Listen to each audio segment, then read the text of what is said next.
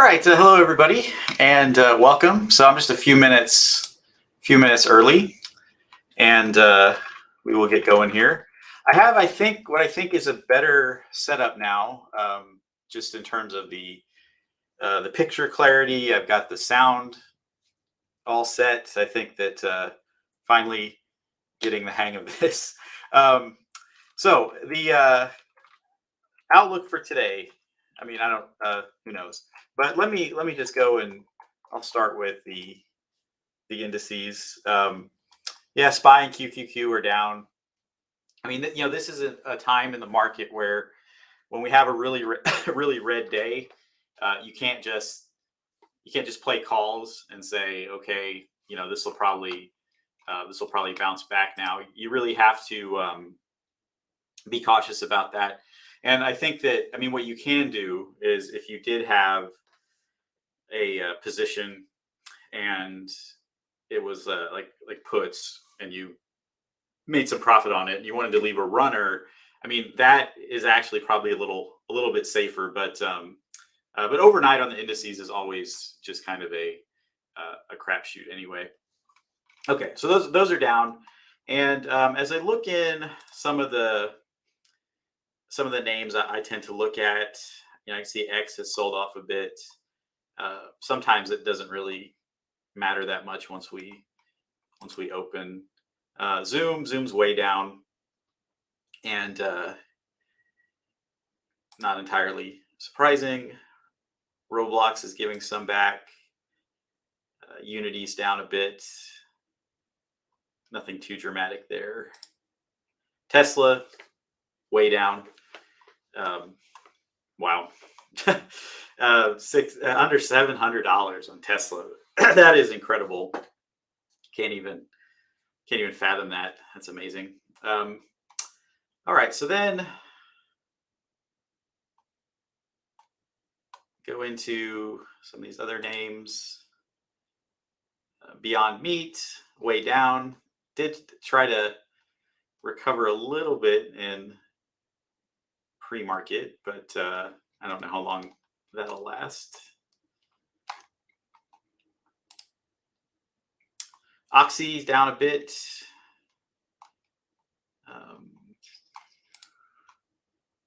CCJ, yeah, and uranium, I haven't seen enough bullish activity lately to have much confidence there. Well, let's check out some fintechs. So Affirm down, Upstart down, of course, mRNA, healthcare stocks, yeah, and airlines. Airlines did have some bullish flow today. I don't know that that's really going to amount to much, but yeah, we just see everything's just getting hammered here. So yeah, that's kind of where where we're at with some of these. Okay, so let's go into my sector notes and just talk about that, and what we can do with that.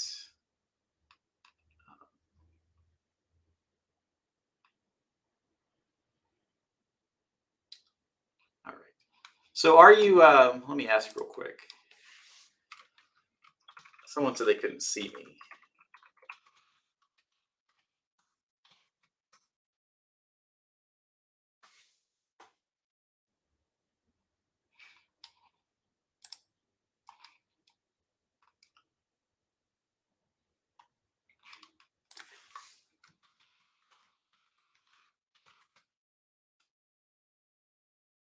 Okay, yeah. So we're all good there. All right, very good. Okay, so let me go into some of my notes here, and my notes tend to be from a fairly bullish perspective.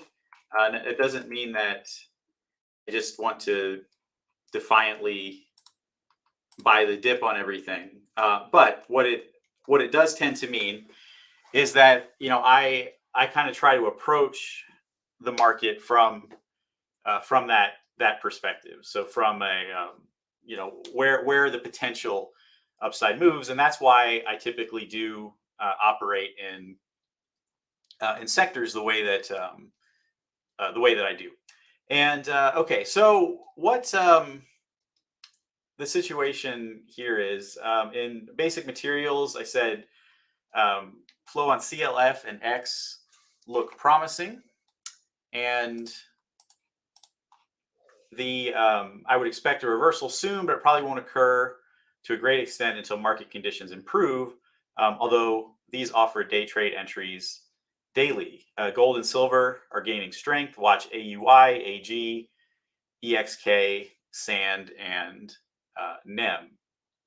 So let's take a look at what gold is doing this morning. And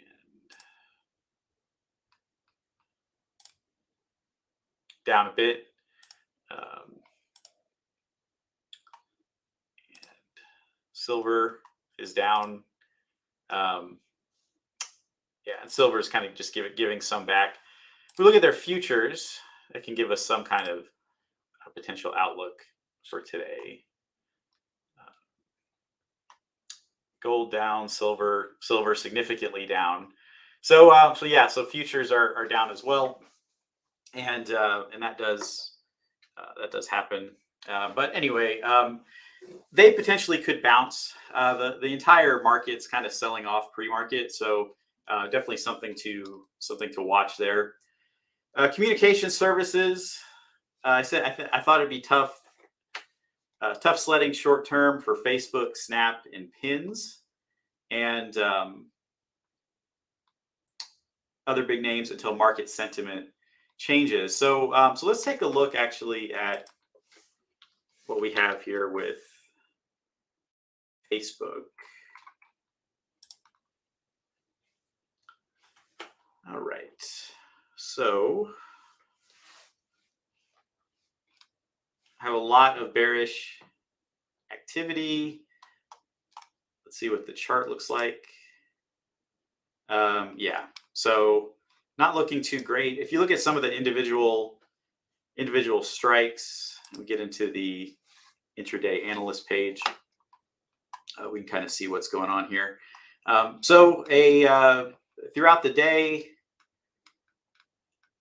you can see that initially it opened when things were spiking. We had a lot of calls, and then puts kind of started to take over, and then into close, decent volume, kind of split on calls and puts, and then the most active chains. When you really see this page leaning red, kind of all over the place, then that can be a fairly ominous sign, particularly in sold calls.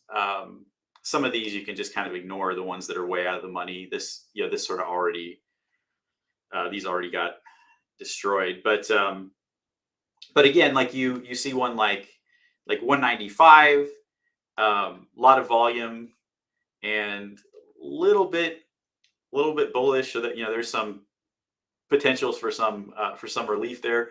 But when you look at this the night before, and then you call it up the day that the market's opening, and when you're kind of planning your strikes, if I had been planning to buy 195 and I'm looking at it and it's now 186, I probably would not buy 195. I would buy something significantly different, like a lower strike. So I wouldn't go 195. I might go 190, or I might go 188, something like that. So that's always a consideration as you go through this. So there's a lot of buyers on Roblox. Roblox had a really interesting day yesterday, where it was down on earnings, but it kept kind of fighting back, and then obviously had this massive upside move at open, all the way back up to $28. So that, if you caught that was great, and then you could have shorted it on the way down as well. But in any case, that certainly was interesting. Um, Other aspects of Roblox. So let me get into here, and if anyone has any questions or wants me to look up particular tickers, I'm certainly happy to do that. Okay, so Roblox.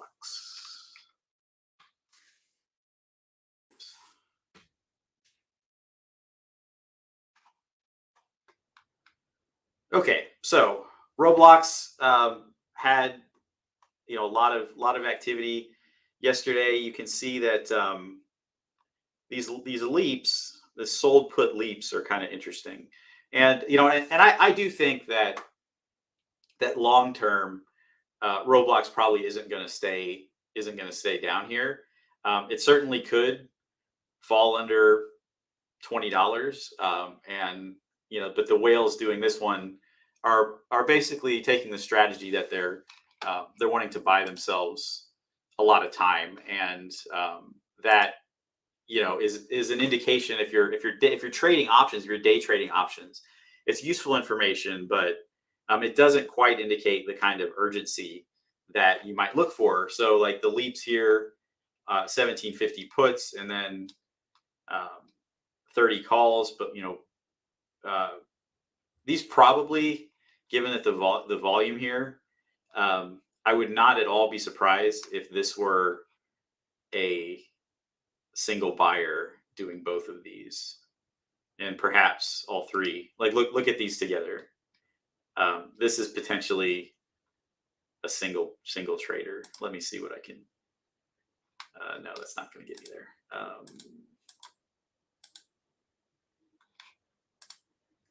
No. Okay. All right. Let's take a look and see if it shows up here. Okay, here it is. 129.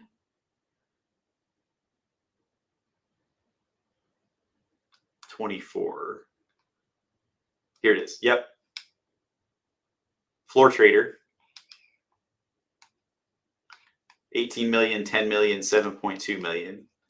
And yep, that's exactly what they did. So they are buying a call at 30, selling a call at 65, and selling a put at 17.5.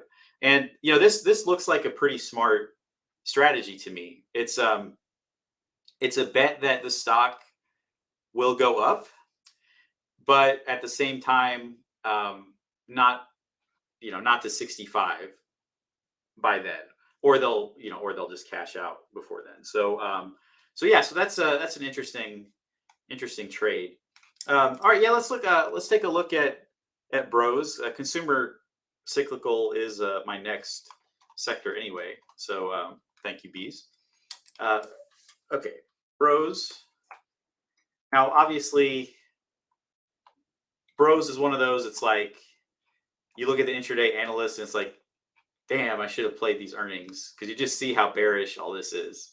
This is kind of rare to see such a dramatic spike, both in volume and in terms of it leaning so bearish. And in fact, I noticed too, where this is where hindsight is kind of 2020.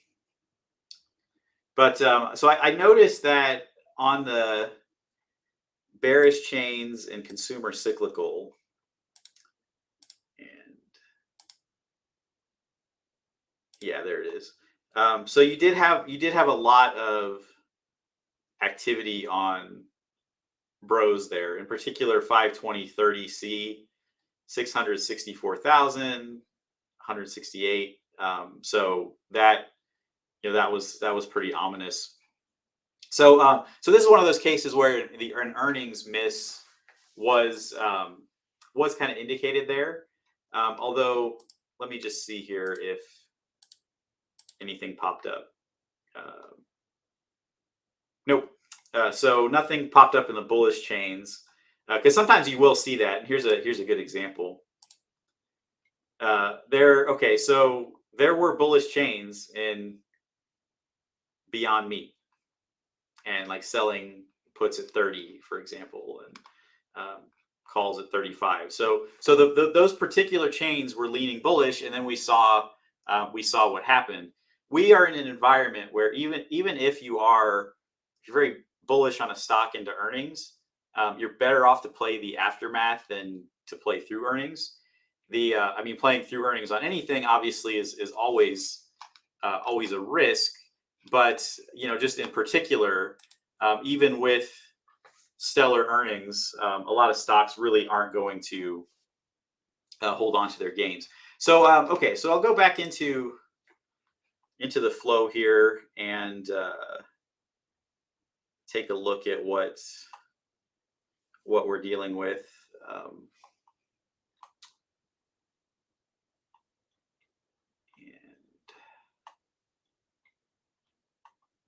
Okay, so a lot of concentration on 520 and on 520 contracts. So you see some 617, and really when a stock drops as much as Bros did, it really a lot of this is kind of out the window. That these particular contracts, the ones that are bearish, they're either going to cash out, or they're going to ride with those for a little while longer, or they'll just lose on them if the ones that were bullish. And so what you look for are kind of the fresh buyers. The stock has been given a clean slate, and so if you're looking to play a bounce, you want to kind of monitor things as the day goes on, and that's where you'll really start to see that take place. Okay, so very good on that. Going into my notes. Oh yeah, I did want to look at Carvana. So Carvana yesterday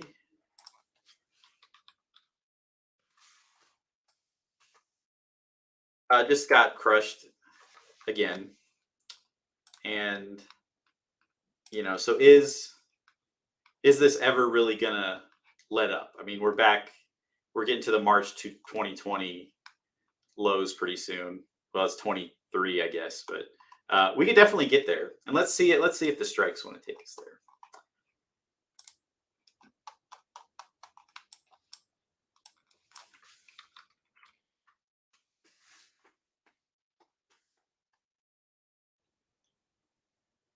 All right.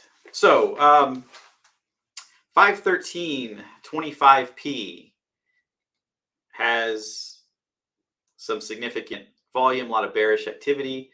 30p more so. So this is still looking very bearish to me. There are some bullish chains. The bullish chains are there's some sold puts here. This particular like 50C, it was kind of, I think, an attempt yesterday at open that may have made a little money for a minute, and then didn't pan out. So you kind of take the outliers, the way out of the money weeklies, and you kind of can put them out of your analysis. But really the bullish chains here, sold puts at 23, a bet that it's not going to get there, and deep in the money sold puts at 38, probably part of some kind of multi-leg strategy. And some of the recent activity on it, a lot of activity on weeklies. And if you're a day trader, this is something that you do look for, is to see what the weeklies are doing on a particular stock. You want some kind of indication of that urgency, and that is something you can definitely look for when you are indeed trading this stuff. All right. So I talked about Piton as well. Let me take a look at that.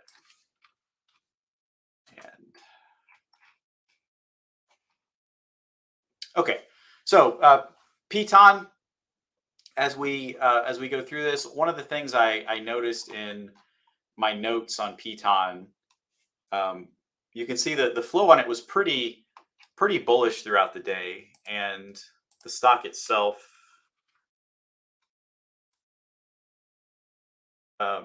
did sell off after having tried to spike a bit. And this is actually a really nice move at open. And I did mention in my live stream yesterday that I did kind of like Piton. But okay, so it sold off again. And what I'm seeing with Piton, my current thesis with Piton is that that $12 will probably be defended on it. And one of the reasons I say that is, beyond just what's going on with weeklies, whales are positioning themselves here at 1250. They're kind of starting to stack those up, and we do see some bullish activity. Although these are this is from the morning, and then um, obviously those sold off and are pretty much worthless now. We do see some bullish leaps on it. 20, 50 is pretty ambitious, but you never know. And some weeklies as well. So so here's what I would say. I would say I don't know that Piton is going to go up. I don't know if it's going to recover. I don't know if it's just going to sell off with the market today. It could drop 6%. Who knows? But I would say that even if you're looking to play the downside, when you have whales really stacking into positions like they are here, it often can be better to maybe find a different target to short. There just might not be as much there on something like Piton. I mean, we are in an environment where stocks drop and they just seem to kind of keep dropping forever. But with that notwithstanding, I do think that there is some promise there for Piton, and it's going to be really interesting to track that and to see where that goes over the next several days. Okay, so that's that. Let's take a look actually at the alert page. Haven't really done that yet. So so I want to talk about alerts and talk about how I use them and what they're useful for to me and what they're not really that useful for. And for me personally, alerts are not at all buy signals, but I do like to see what's going on with them. Okay, so contract like this being bearish on Apple, it's a sold call, 157.50 a weekly. So this is really like a kind of pure lotto that the market's going to turn around and Apple's going to recover. And so whales are selling that call. So they're thinking that's not going to happen. SE Chinese ADR, the in this environment, we might not get the run on Chinese stocks that we sometimes do, and pretty high volume here. The IV is a little bit dicey, so I don't know that I would really want to be in that for that reason. Enphase is one that I play a lot. 148p. This is deep in the money. I don't typically play that far in the money, so that doesn't really tell us a lot.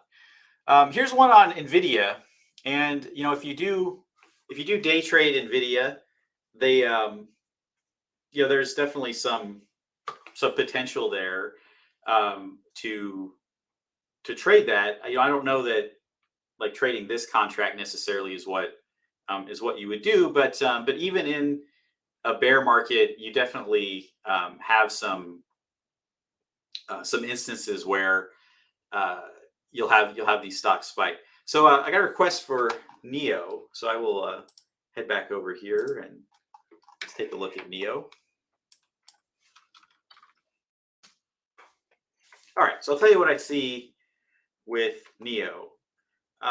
First thing I notice is this COPE line operating well above the price, especially as the day went on. So this is a kind of a daily look at what's going on. So you can see here a few days ago, the COPE was down here, and the price ended up declining below it as it opened kind of even, and then went there. It doesn't always work, but it's kind of an indication of things. Like if I were bullish on NEO a few days ago and I saw this, I would be very cautious. If I'm bullish on NEO now, where the situation has kind of flipped, I might actually try something there. So it just kind of depends. But in any case, something like this gives me some indication that even if it flushes, if it opens red, there's a potential there for a bounce that you might not otherwise see if it were down here. And it doesn't always go that way, but trading's all about probabilities, and it's just another tool to help you with that. The other thing that you want to know, so the volume yesterday was pretty steadily bullish, even as the stock sold off. So then, I start to wonder in terms of strikes. The next thing that I think about is as we approach $12, is $12 a level that whales want to try to defend? And if we take a look here, 13p is still leaning bearish. I'm not seeing a lot at 12. Now, of course, I can dig into the live flow whenever I want and see what's going on with NEO there. This is always an important part of things. Okay, so I go to my filters, and I have the second monitor. I keep looking there. I can't just look here, so sorry about that. I'll improve my camera awareness. Okay, so I need the bid size. What I need. Let me see that. Okay, sold puts. I'm going to exclude. I'm just going to say out of the money only, and not much there.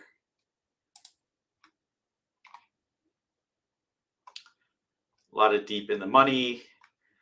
These deep in the money puts, they essentially are a way to control a lot of shares on a stock without investing as much capital. And so that's something that you definitely do often see occurring. So okay, so my take on NEO is that I know what I'm looking for, but I don't see it yet.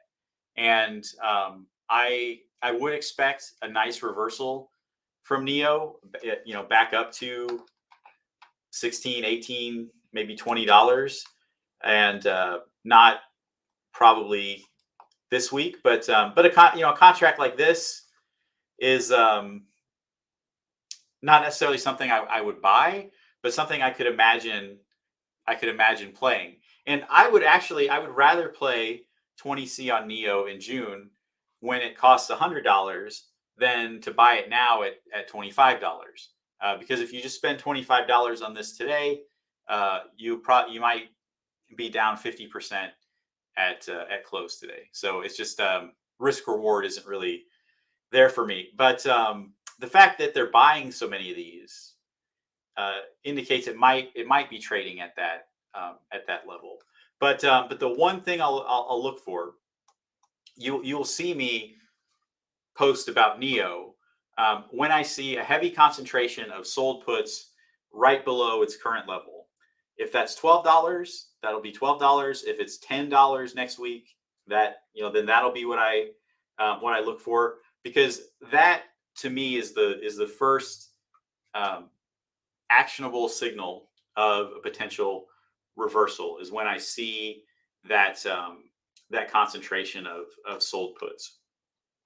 So good question.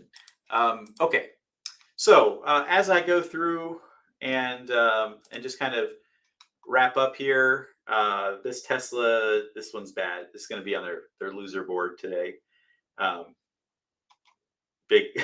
Hope no one went heavy in this. It was $50. It's probably $1 now. Let me see. And our first instance of a light.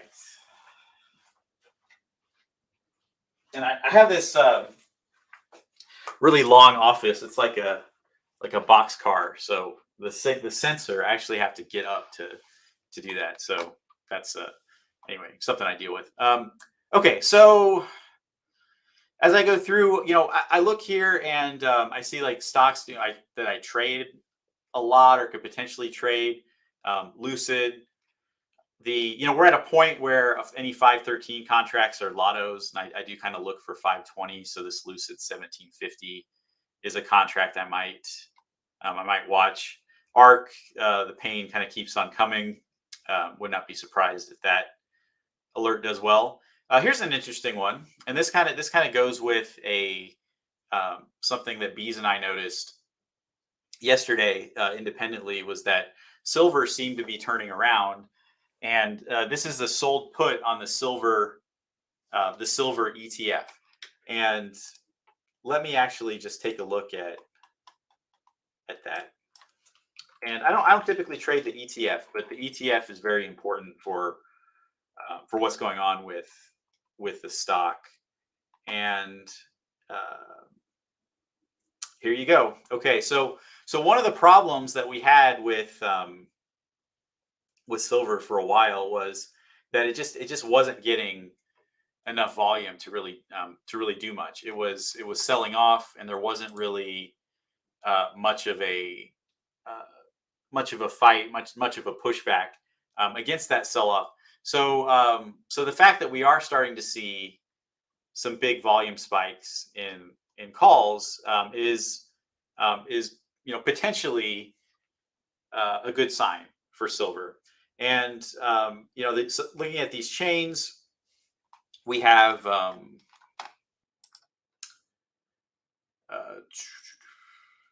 so 520, 2350 is way out of the money. That's not really that useful. And get to here, 715 20C. That's one that kind of maybe is interesting. And let me go into some of the latest big trades on it. We do have Floor Trader leaning very bearish at close. That's fine. That happens. We have some bullish activity as well. And then if I go into an actual stock, a silver stock I do trade, like AG, not a lot there, but I probably need to just lower this. It doesn't get that. Oops, let's get that kind of volume. Okay, so not a lot yet. Let me go into this page.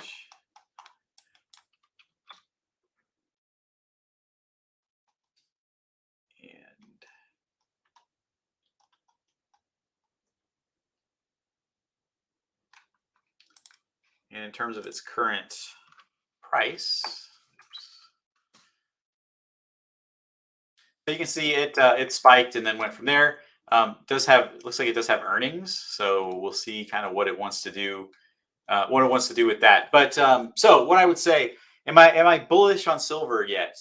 Not quite, but it's potentially, the potential is there because the volume's flowing back into it. So we should see potentially some decent range on those going forward.